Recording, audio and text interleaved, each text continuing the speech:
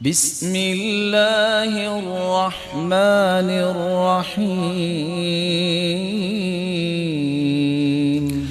لیلۃ القدر کی تلاش جن کو ہوتی ہے ان کا سب سے پہلا رویہ یہ ہے کہ اس رات کو تلاش کرنا ہے تو تازہ دم ہو کے اور دل کے گہرائیوں سے یہ خواہش دے کے کہ میں نے اللہ کے قریب ہونا ہے۔ اس لیے ابن جریر کہتے ہیں كانوا يستحبون ان يغتسلوا كل ليلة من ليالي العشر الاواخر۔ سلف صالحین آخری 10 راتوں میں ہر رات مغرب کے بعد غسل کرتے کہ تازہ دم رہیں، اور اپنے آپ کو پاک صاف اس لیے کرتے اور اس لیے غسل کرتے کہ نیند کا غلبہ نہ ہو۔ اور امام نخعی ابراہیم النخعی رحمہ اللہ یغتسل فی العشر کل لیلہ، ہر رات ان کا یہی معمول تھا۔ ومنهم من كان يغتسل ويتطيب في الليالي التي تكون أرجى الليلة، فأمر زر بن حبيش بالاغتسال ليلة 27 من رمضان۔ اور کتنے ایسے تھے جو طاق راتوں میں ضرور غسل کیا کرتے۔ تو سب سے پہلا کام وہ لوگ غسل کرتے۔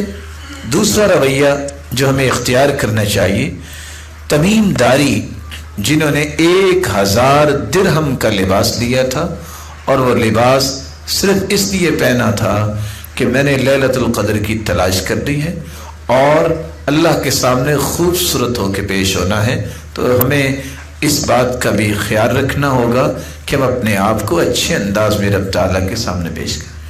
تیسری بات جو اس رات ہونی چاہیے، قرآن مجید کی تلاوت قیام کی شکل میں بھی، جس کو تراویح اور قیام کہتے ہیں، تہجد کی شکل میں بھی، اور تینوں نام ایک ہی چیز کے نام ہیں، اور بیٹھ کے بھی انسان کو پڑھنا چاہیے۔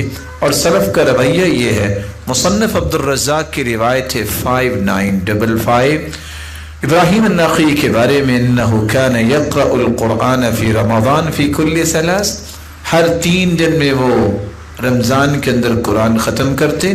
فإذا دخلت العشر، جب آخری عشرہ شروع ہوتا، قرأه فی لیلتین، تو 2 راتوں میں قرآن ختم کرتے۔ واغتسل فی کل لیلہ، اور ہر رات غسل کیا کرتے۔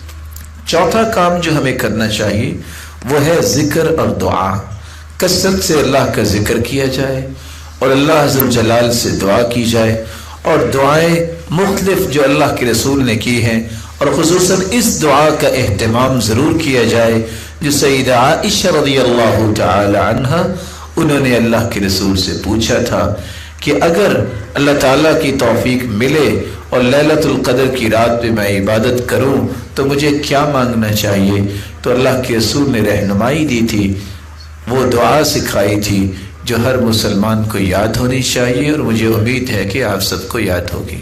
اللہم انک عفو تحب العفو فاعف عنی، اے اللہ تو معاف کرنے والا ہے، تو معافی کو پسند کرتا ہے، تو مجھے بھی معاف فرما دے۔ اس حدیث کے اندر بہت سے راز ہیں۔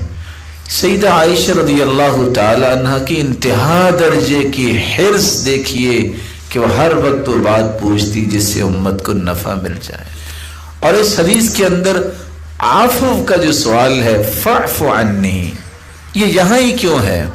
باوجود اس کے کہ ہمیں معافات اور معافی کا تو ہر وقت جو ہے ہمیں ضرورت ہے، اس رات کیوں؟ کیونکہ اللہ عز و جلال کے پیغمبر نے بار بار اپنے چچا سے کہا تھا سل اللہ العفو والعافیہ، چچا زیادہ سے زیادہ معافی اللہ سے مانگا کریں۔ ابن القیم فرماتے ہیں اس رات میں اس کا کیوں اللہ کے رسول نے توجہ دلائی؟ انسان جتنے بھی انعامات زندگی میں حاصل کرتا ہے وہ اللہ کی توفیق سے حاصل کرتا ہے۔ سارا رمضان وہ محنت کرتا ہے، لیکن اچھے لوگوں کی یہی عادت ہوتی ہے، پھر بھی وہ کہتے ہیں یا اللہ اگر کوئی کمی کوتاہی رہ گئی ہے تو معاف کر دے۔ اور یہی اصل عبودیت ہے کہ انسان تقصیر کا اعتراف کرے کہ اللہ مجھ میں بہت ساری کمی ہے۔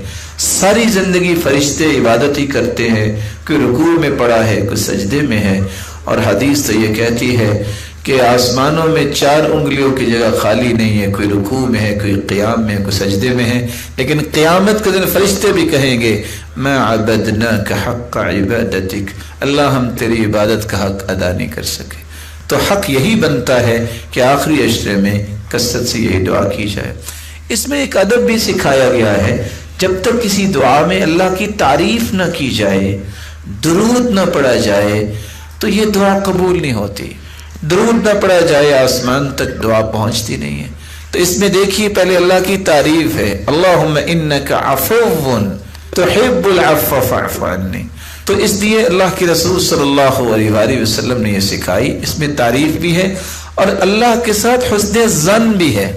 اللہ تو معاف کرنے والا ہے، حسن ظن پیدا ہو رہا ہے، اس لیے تو مجھے بھی معاف کر دے۔